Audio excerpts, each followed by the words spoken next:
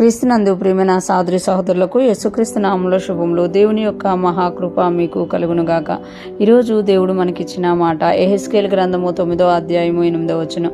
నేను తప్ప మరి ఎవరునూ శేషింపకుండా వారు హతము చేయుట నేను చూసి సాష్టాంగపడి వేడుకొని, అయ్యా ప్రభువా యెహోవా, యెరూషలేము మీద నీ క్రోధమును కుమ్మరించి ఇశ్రాయేలీల్లో శేషించిన వారిని అందరినీ నశింపచేయుదువా అని మొర్రపెట్టగా, ఈ మాటలు మనం యెహెజ్కేలు గ్రంథంలో చూస్తున్నాము. ఎప్పుడైతే దేవుడు ముద్రించడం మొదలెట్టారో యెహెజ్కేలు చూస్తున్నారు కదా, ఆ ముద్ర లేని వారిని అందరినీ కూడా హతము చెయ్యమని దేవుడు చెప్పినప్పుడు ఆ దూత బయలుదేరినప్పుడు యెహెజ్కేలు తప్ప ఎవ్వరునూ శేషం లేదంట. అందుకే ఇక్కడ చెప్పుకుంటున్నారు కదా, నేను తప్ప మరి ఎవరునూ శేషింపకుండా వారు హతము చేయుట నేను చూచి. అంటే ఆ యొక్క చెరలోనికి వచ్చిన ఇశ్రాయేల్ అందరూ కూడా వారికి ఇష్టమైన మార్గంలో, దేవునికి విరోధమైన మార్గంలో వారు వెళ్ళిపోయినప్పుడు అందరూ హతం చేయబడుతుంటే యెహెజ్కేలు ప్రవక్త ఒక్కడే మిగిలిపోయాడంట. నేను తప్ప మరి ఎవరునూ శేషింపకుండా వారు హతము చేయుట నేను చూచి సాష్టాంగపడి వేడుకొని. అంటే ఎప్పుడైతే ఆ హతము జరుగుతుందో యెహెజ్కేలు ప్రవక్త సాష్టాంగపడిపోయారంట.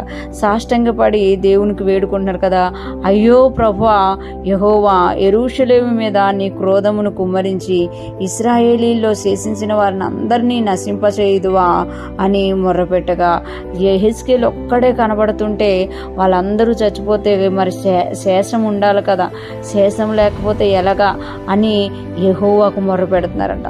ఒక సాష్టాంగపడి మొర్రపెడుతున్నారంట. అంటే ఒక ప్రవక్తకి ఎంత భారం ఉంటుందో చూడండి.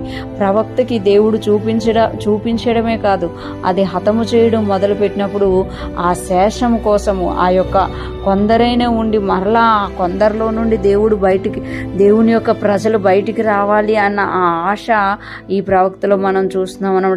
ఇశ్రాయేలు చెరలోనికి వెళ్ళిపోయి ఆ చుట్టూ ఉన్న దేవతలను అనుసరించి దేవుడికి ఆయాసకరంగా మారిపోయినప్పుడు దేవుడు వారిని అందరినీ హతము చేయాలని అనుకుంటున్నామట. ఎప్పుడైతే మనం కూడా మన జీవితాల్లో చాలాసార్లు చూస్తూ ఉంటాము, మనం ఎంత చెప్పినా కూడా మన చుట్టూ ఉన్నవారు విననప్పుడు దేవుని యొక్క ఖడ్గము వారి మీదకి వచ్చినప్పుడు మనం కూడా కొన్నిసార్లు ఇలాగే మొరపెడుతూ ఉంటాము. ఎందుకు అనంటే ఆ భారము కూడా దేవుడిదనమాట. ఇక్కడ యెహెజ్కేలు ప్రవక్త సాష్టాంగ పడిపోయాడంట. సాష్టాంగ పడిపోయి దేవుని సన్నిధిలో వేడుకుంటున్నట్టుగా మనం చూడగలం అనమాట.